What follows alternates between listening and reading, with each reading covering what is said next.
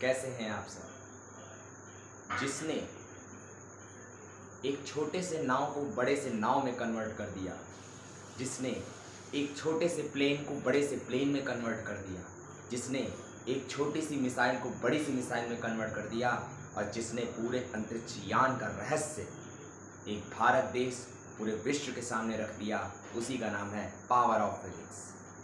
Power of physics में ही sir Einstein ने, power of physics में ही आइजैक न्यूटन ने, इन तमाम साइंटिस्ट ने एक ऐसा कॉन्सेप्ट दिया जो कि आज भी फिजिक्स में पूरी तरीके से लोगों को मैजिकल लगता है। और ये मैजिकल जब प्रूफ होता है तो लोग वास्तव में इसकी कल्पना भी नहीं कर सकते कि वास्तव में फिजिक्स ने कुछ ऐसा किया है। इसी कड़ी को आगे बढ़ाते हुए मैं आपको आज कुछ ऐसी बातें बताऊंगा जो बहुत ही इंटरेस्टिंग होंगी। आप जानना चाहेंगे, आप क्या ये जानेंगे कि बल्ब हमारा फ्यूज कैसे हो जाता है और जल कैसे जाता है, बार बार जलता है कि बार बार फ्यूज होता है, इसके बारे में बच्चों मैं आपको बताने वाला हूँ। तो आज हम अपने लेक्चर की शुरुआत करते हैं। मैं शुभम मिश्रा आप सभी का अपने power of physics bye Shubham sir में स्वागत करता हूँ। आइए हम अल्टरनेटिंग करंट के बारे में कुछ और बातें जानते हैं और समझते हैं। तो लेट्स गेट स्टार्ट।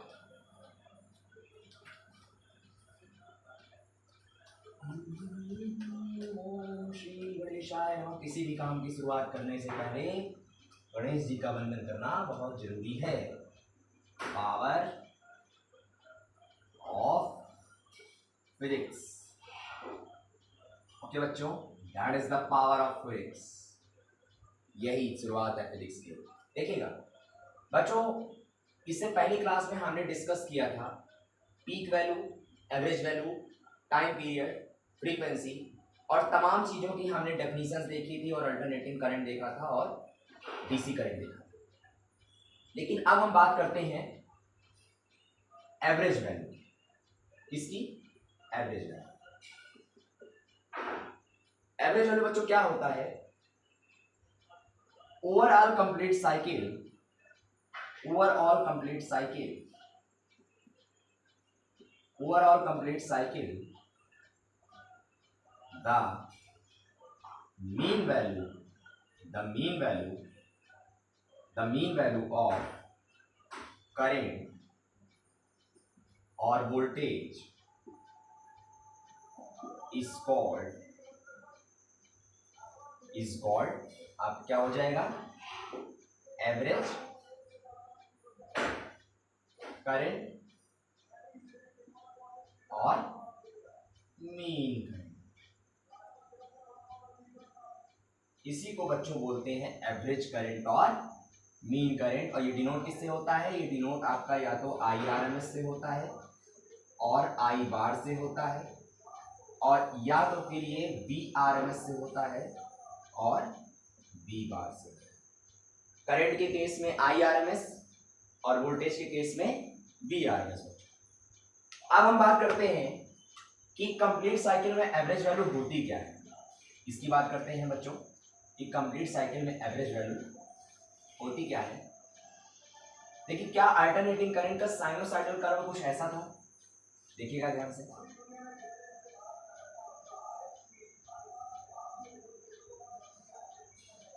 कुछ ऐसा था बच्चों? हाँ, कुछ ऐसा था। और इसमें एक पॉजिटिव हाफ साइकिल था, इसमें एक निगेटिव हाफ साइकिल था। इधर मान लीजिए ये करंट है। अब हमें एवरेज वैल्यू निकालनी है तो हम क्या करते हैं, इस एक्स एक्सिस पे टाइम दे देते हैं 0, ये t/2 टाइम होगा और ये कैपिटल T टाइम होगा। टोटल 0 से कहाँ तक गया है? तो अगर हम माने कि एवरेज वैल्यू 0 से t टाइम तक कितनी, तो एवरेज वैल्यू 0 से t टाइम तक बेटा हमारी जो आई एवरेज वैल्यू है वो 0 है। क्यों 0 है?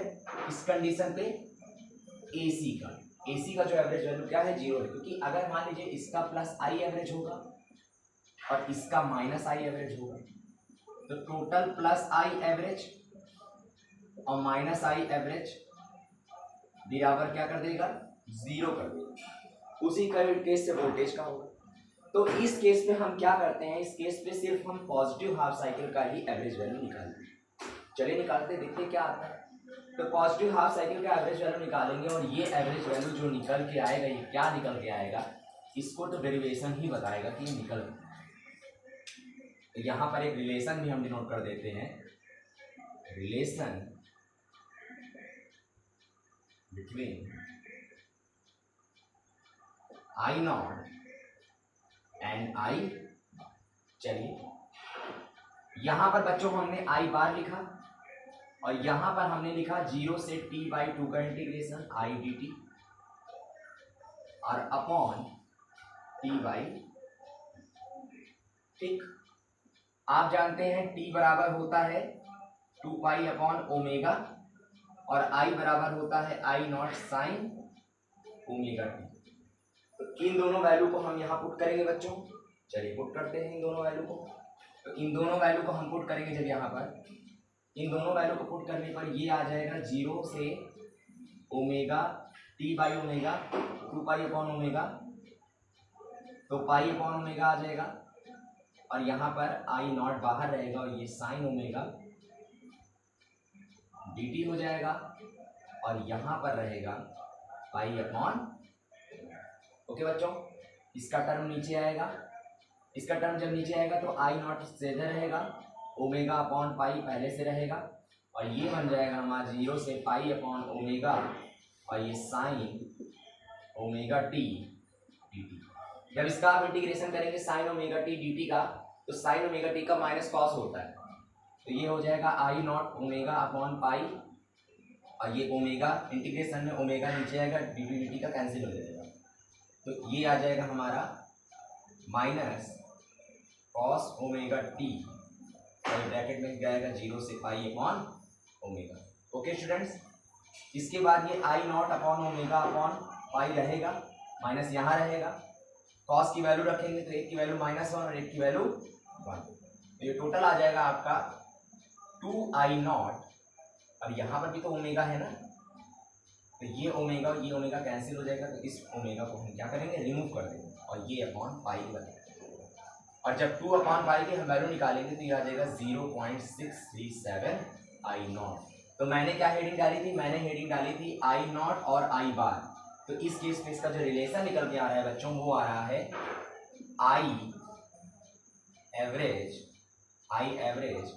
Is equal to 0.637 I naught is equal to 2 I naught upon pi. ये इसका बच्चों निकल, यही इसका रिलेशन निकल के आ रहा है और इसी रिलेशन से हम समझ जाएंगे कि ये डेरिवेशन बहुत इंपॉर्टेंट है। आई नॉट मतलब मैक्सिमम पॉइंट पर ये इतनी वैल्यू पर हमें ये एवरेज दे रहा है, मतलब 0 से लेकर t/2 पर हमें ये एवरेज वैल्यू कितनी दे रहा है, 0.637 आई नॉट। अब हम समझते हैं कि फेज क्या होता है। आप ध्यान रखिएगा कि फेज क्या होता है, फेज की बात करते हैं बच्चों, और फेज की बात करते हैं, समझिएगा ध्यान से, 1 मिनट के लिए होल्ड करेंगे। चलिए फेज की बात करते हैं बच्चों। फेज क्या होता है,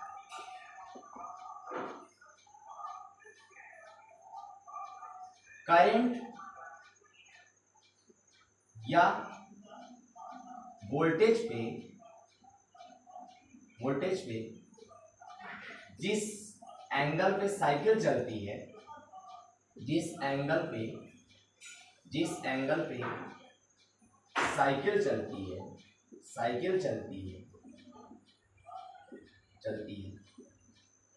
उसी को बच्चों फेज कहते हैं, उसी को फेज कहते हैं। और फेज क्या होता है, एक प्रकार का एंगल ही होता है, जैसे ओमेगा टी, जैसे हम आपको बताएं I is equal to I naught sine omega t. तो साइन ओमेगा टी तो मतलब ओमेगा टी क्या है, तो यहाँ पर जो ओमेगा टी है बच्चों, ये ओमेगा टी को हम क्या बोलेंगे, फेज बोलेंगे। ठीक, अब जैसे हम आपको एक एग्जांपल देते हैं, तो एग्जांपल समझिएगा,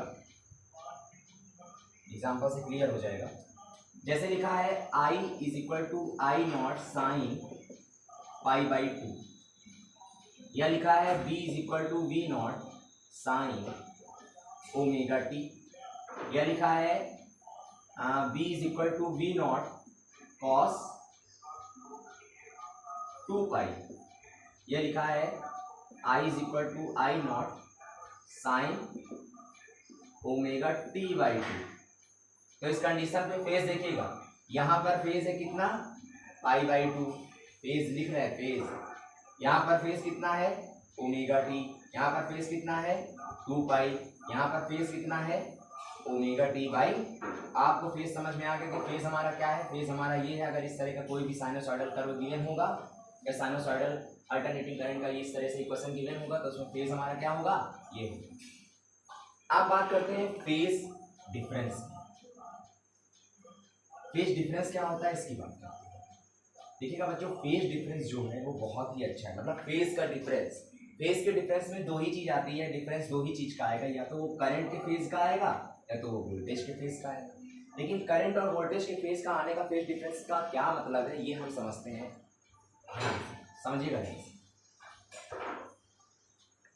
देखिएगा बच्चों, हमारा टॉपिक है फेज डिफरेंस। देखिए, सबसे पहले बात करते हैं कि जो फेज डिफरेंस होता है, फेज डिफरेंस जो होता है वो फेज डिफरेंस ये डिपेंड करता है डिफरेंट टाइप्स ऑफ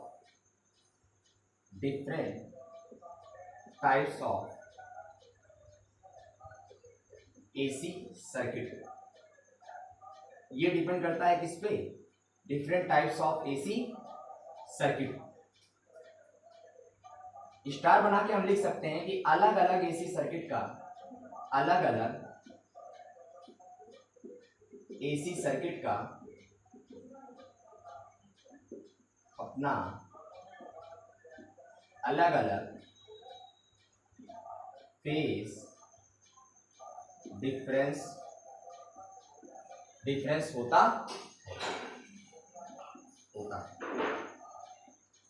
इसका जरा स्क्रीनशॉट ले लीजिए क्योंकि मोस्ट इंपॉर्टेंट पॉइंट है बच्चों। अब हम बात करते हैं कि किस पॉइंट में किस किस टाइप का फेज डिफरेंस शो करता है, इसको देखिए।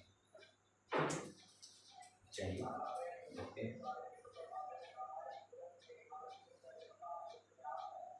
देखिए बच्चों, यहां पर पहला पॉइंट लेते हैं, क्या है, इन सम सर्किट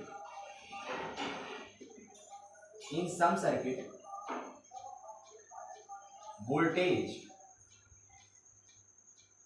and current is, अब देखिएगा वोल्टेज और करंट का इक्वेशन क्या गिवन होगा। उस सर्किट में वोल्टेज और करंट का जो इक्वेशन होता है I is equal to I naught sine omega t और V is equal to V naught sine omega t. तो आप देख रहे हो दोनों जो फेज है, करंट का दोनों फेज है और वोल्टेज का दोनों फेज है, वो क्या है, सेम है। तो अगर फेज सेम है तो कह सकते हैं कि यहां पर current and voltage are in same phase. Okay बच्चों, करंट एंड वोल्टेज क्या है, सेम फेज में, ठीक है ना। और इसका आप जब ग्राफ बनाओगे तो कुछ ऐसा बनाओगे, ये ग्राफ है हमारा वोल्टेज का, जिसका मैक्सिमम वैल्यू कुछ यहां पे लाई कर रहा है आई नॉट, और इसी ग्राफ पे अगर हम बनाएं तो ये ग्राफ वोल्टेज का है,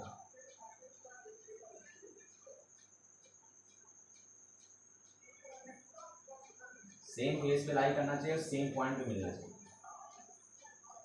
तो ये जो ग्राफ है हमारा, ये V नॉट का है, मतलब ये जो मैक्सिमम पॉइंट आपको मिल रहा है ये I नॉट है, और ये जो मैक्सिमम पॉइंट आपको मिल रहा है ये V नॉट। तो देखिए V नॉट और I नॉट दोनों एक ही फेज में है, एक ही लाइन में। तो इसको कुछ ऐसे नोट करेंगे कि I नॉट जो है वो एक ही फेज में है और V नॉट जो है वो एक ही फेज में है, या I जो है ये इस तरह है और V जो है ये इस तरह है।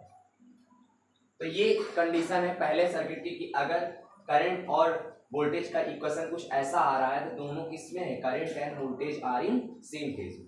अब इसकी दूसरी कंडीशन देखते हैं कि दूसरी कंडीशन क्या है। दूसरी कंडीशन क्या होती है बच्चों, कि इन सम circuit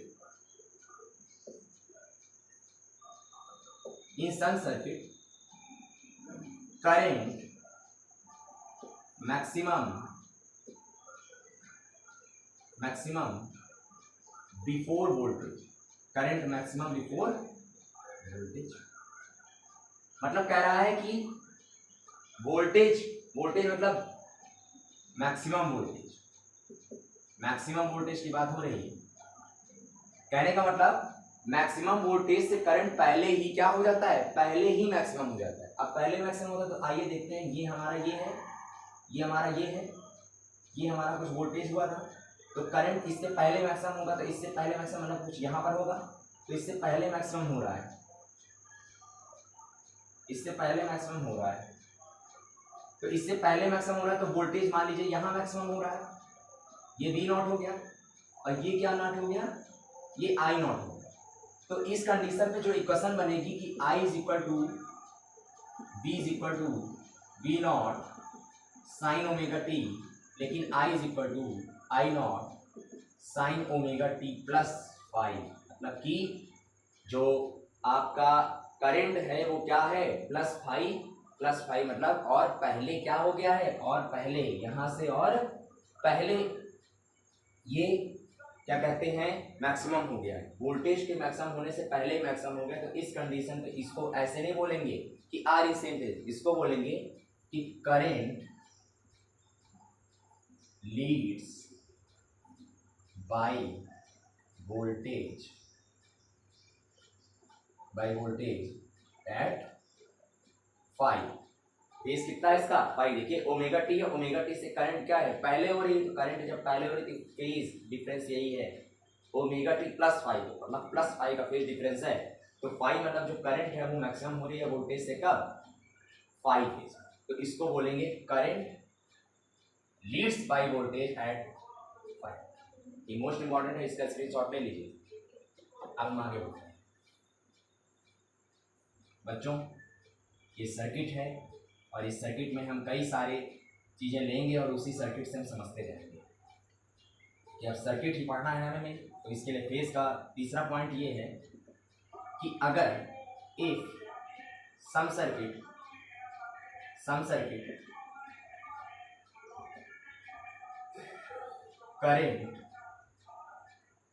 current before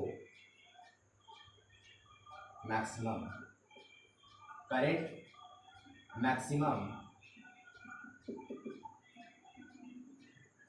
after voltage. तो इस कंडीशन पे देखिएगा ये वोल्टेज है, तो करंट क्या है, आफ्टर मतलब इसके मैक्सिमम होने के बाद हो रही है, इसके मैक्सिमम होने के बाद हो रही है। तो ये देखिए कुछ ये ऐसा जाएगा, मतलब मैक्सिमम यहाँ पर वोल्टेज पहले हो चुका है, अब करंट देखिए मैक्सिमम हो रहा है आई नॉट। वोल्टेज के पहले आई नॉट मैक्सिमम हो रहा है, वोल्टेज के बाद आई नॉट मैक्सिमम हो रहा है। तो इस कंडीशन पे जो आई नॉट है, और नीचे से देखिए नीचे से आ रहा है, मतलब कि वोल्टेज के बाद ही आ रहा है, तो इसका मतलब कि V is equal to V naught sine omega t होगा। लेकिन जो I is equal to I naught है वो sine omega t minus five है। और जब ये केस आएगा तो इसमें हम लिखेंगे करेंट लैगिंग वोल्टेज बाई 5। इतनी तीन चीजें आप पॉइंट अगर फेज डिफरेंस का समझ लेते हैं तो आपको अलग अलग सर्किट में जब आप पढ़ेंगे एसी के बारे में तो उसमें आपको दिक्कत नहीं आएगी। यहाँ तक किसी को कोई दिक्कत होती है तो आप कमेंट बॉक्स में उस चीज़ को मेंशन कर दीजिएगा, मैं ज़रूर उसको देखूंगा और अगले टाइम से आपको फिर उस चीज़ को इस बारे में बताऊंगा। ठीक है बच्चों, चलिए मैंने आपसे वादा किया था कि मैं कुछ आपको इम्पोर्टेंट बात बताऊंगा वीडियो के सेशन में। सर्किट के बारे में हम कल शुरुआत करेंगे, वीडियो के सेशन में कुछ इम्पोर्टेंट बात बताऊंगा। तो चलिए बात करते हैं कि इम्पोर्टेंट बात है क्या। इम्पोर्टेंट बात ये है कि आप देखते होंगे कि घरों में अगर 1 घंटे के लिए 2 घंटे के लिए बिजली जाती है तो आप कहते हो कि बल्ब मतलब नहीं जल रहा है और बिजली चली गई। ऑब्वियसली सी बात है कि बिजली चली जाती है, लेकिन हमने पढ़ा है कि जब एसी करंट या एसी वोल्टेज लगातार सप्लाई होता रहता है घरों में तो वो चेंज करता है, मतलब कि करंट चेंज करता है। कभी करंट कम होती है, कभी करंट ज़्यादा होती है, और कभी वोल्टेज कम होता है, कभी वोल्टेज ज़्यादा होता है। तो करंट जब कम होती है तो इस कंडीशन पे घर की बिजली को थोड़ा सा, मतलब घर का जो बल्ब है वो ग्लो होना बंद होना चाहिए या कम हो जाना चाहिए, क्योंकि करंट जब हाफ साइकिल डिक्रीज होगा तो उस कंडीशन पे क्या होगा बच्चों, उस कंडीशन पे जो बल्ब होगा वो ग्लो होना कम हो जाना चाहिए। लेकिन ऐसा नहीं होगा, लगातार बल्ब जलता रहता है, इसका मतलब करंट कांस्टेंट होगी तभी वो जल रहा होगा। नहीं, ऐसा नहीं है। एसी का जो सिद्धांत है या एसी अल्टरनेटिंग करंट का जो आपने सिद्धांत पढ़ा है, जो रूल पढ़ा है, वो एकदम सही है कि चेंज इन करंट और चेंज इन वोल्टेज, मतलब कि लगातार आपको चेंज इन करंट में, चेंज इन करंट में और चेंज इन वोल्टेज देखने को मिलेगा। कहाँ पर? एसी। तो फिर ऐसा क्या रीजन है? ऐसा रीजन है, मैं आपको बताऊंगा। आइए देखिए बच्चों, होता क्या है कि हर कंडीशन में, चाहे वो पॉजिटिव हाफ साइकिल हो, चाहे वो पॉजिटिव हाफ साइकिल हो, चाहे वो निगेटिव हाफ साइकिल हो, दोनों कंडीशन में जो फ्रीक्वेंसी होती है एसी की वो बच्चों होती है 50 हर्ट्ज। कितनी होती है? 50 हर्ट्ज। अब ग्राफ से समझिए, ग्राफ से समझिए होता क्या है। ये आपका बल्ब है, मान लीजिए ये आपका बल्ब है, ये आपका बल्ब है बच्चों, और इस बल्ब को मुझे लगातार जलते रहने देना, लेकिन मैंने कहा है कि इसमें चेंज होगा तो ये बल्ब जलेगा भी और बुझेगा भी। ऐसा कैसे हो सकता है? सुनिए, ये मान लीजिए हमारी ग्राफ है, और इस ग्राफ में ये पॉजिटिव हाफ साइकिल है, ये निगेटिव हाफ साइकिल है। तो करंट देखिए इस पॉइंट पर मैक्सिमम हो रहा है आई नॉट, और फिर उसके बाद क्या हो रहा है? डिक्रीज हो रहा है। तो अभी के केस में अगर देखें तो अभी के केस में करंट बढ़ रही है तो बल्ब जल गया, लेकिन उसके बाद करंट देखिए और यहाँ पर भी मैक्सिमम हो रहा है। तो एक कंप्लीट साइकिल में, एक साइकिल में हमें करंट कितनी बार मिल रही है? 2 बार मिल रही है, और 2 बार में ये हाफ साइकिल में 50 बार बढ़ रही है और 50 बार डिक्रीज हो रही है। कौन? करंट। तो इसका मतलब डिक्रीज हो रही है तो बल्ब को बुझना चाहिए, और अगर इंक्रीज हो रही है तो बल्ब को जलना चाहिए। तो करंट में, अगर बल्ब में करंट सप्लाई होगा तभी इलेक्ट्रिसिटी प्रोड्यूस होगी और यहाँ पर बल्ब जलेगा। तो बल्ब तो जल रहा है, लेकिन ये कह रहा है कि हम लगातार 50 बार बढ़ रहे हैं और 50 बार डिक्रीज हो रहे हैं। तो 50 बार बढ़ रहे हैं और 50 बार डिक्रीज हो रहे हैं, तो ओवरऑल तो ये जीरो है ना। तो 50 बार अगर बढ़ेगा तो बल्ब जलेगा, और 50 बार ये गिरेगा तो बल्ब बुझेगा। लेकिन हमें अपने घरों में लगातार बल्ब जलता हुआ मिलता है। इसका एक ही रीज़न है, क्योंकि ये जो 50 बार आपको एक साइकिल में आपको करंट कितनी मिल रही है? ट्वाइस मिल रही है, मतलब 2 बार मिल रही है, और एक डिक्रीज हो रही है, एक इंक्रीज हो रही है, इक्वल मैग्नीट्यूड में। तो इस कंडीशन में क्या होता है कि जब 50 बार जलता है और 50 बार बुझता है तो टोटल 100 टाइम्स हो गया, 100 टाइम्स हो गया। फ्रीक्वेंसी इसकी 50 हर्ट्ज है, इसलिए 50 बार जला, 50 बार बुझा। तो इस केस में क्या होता है? इस केस में जब ये 50 बार जलता है, 50 बार बुझता है, तो ये होता है 0.02 सेकेंड। ये काम जो होता है कि 0.02 सेकेंड में ये बुझता है और 0.02 सेकेंड में ये जलता है। लेकिन हमें क्यों नहीं पता चलता? हमें इसलिए नहीं पता चलता कि जब हमारे बल्ब की जो रोशनी है वो हमारे आंखों में पड़ती है, हमारे आंखों में पड़ती है, तो हमारे आंखों में पड़ने पर उसका जो समय होता है रुकने का वो होता है 0.1 सेकेंड। 0.1 सेकेंड का उसका समय होता है, और इस फिनोमेना को हम बोलते हैं परसिस्टेंस ऑफ विजन। क्या बोलते हैं? Persistence of vision. Persistence of vision के कारण ये जो बल्ब का रोशनी होती है ये हमारे रेटिना में कम से कम 0.1 सेकेंड तक रुकी रहती है। इस कारण हमें नहीं पता चलता कि बल्ब जल रहा है कि बल्ब बुझ रहा है। लेकिन असल में क्या बात है कि बल्ब 0.02 सेकेंड में 50 बार जलता है और 50 बार बुझता है, और लगातार जलता बुझता रहता है। एक कंप्लीट साइकिल में 100 टाइम्स ऐसा होता है। लेकिन 0.02 सेकेंड ये है और 0.1 सेकेंड, तो 0.1 सेकेंड ज़्यादा है, इस वजह से बल्ब की रोशनी हमारे रेटिना पर 0.1 सेकंड तक रुकी रहती, इसीलिए हमें पता नहीं चलता। यहाँ तक बच्चों समझ में आया? तो ये जो रहस्य है बहुत अच्छा रहस्य है, और इस रहस्य को आपको समझना चाहिए कि हमारे घरों में जो बिजली सप्लाई होती है वो कहीं ना कहीं चेंज होती है और घुसती रहती है, जलती रहती है, घुसती रहती है, जलती रहती है, बट इन दोनों कंडीशन के कारण कि ऐसा हमें प्रतीत या अनुभव या फील नहीं। तो आज आशा होगी कि आपको ये लेक्चर समझ में आया होगा और ये जो इम्पोर्टेंट बात थी आपको और इंटरेस्टिंग लगी। तो आज के लिए बस इतना ही। कल फिर हम एक नए लेक्चर और एक नए अध्याय से मिलेंगे और आप अल्टरनेटिंग करंट पार्ट 3 पढ़ाएंगे। पार्ट 1 और पार्ट 2 आप बिल्कुल भी देखना मत भूलिएगा। प्लेलिस्ट में ये वीडियो है, आप प्लेलिस्ट में जाइए और चैनल को सब्सक्राइब कर दीजिए, बेल आइकन को प्रेस कर दीजिए और पावर ऑफ फिजिक्स का आनंद लीजिए। Thank you so much.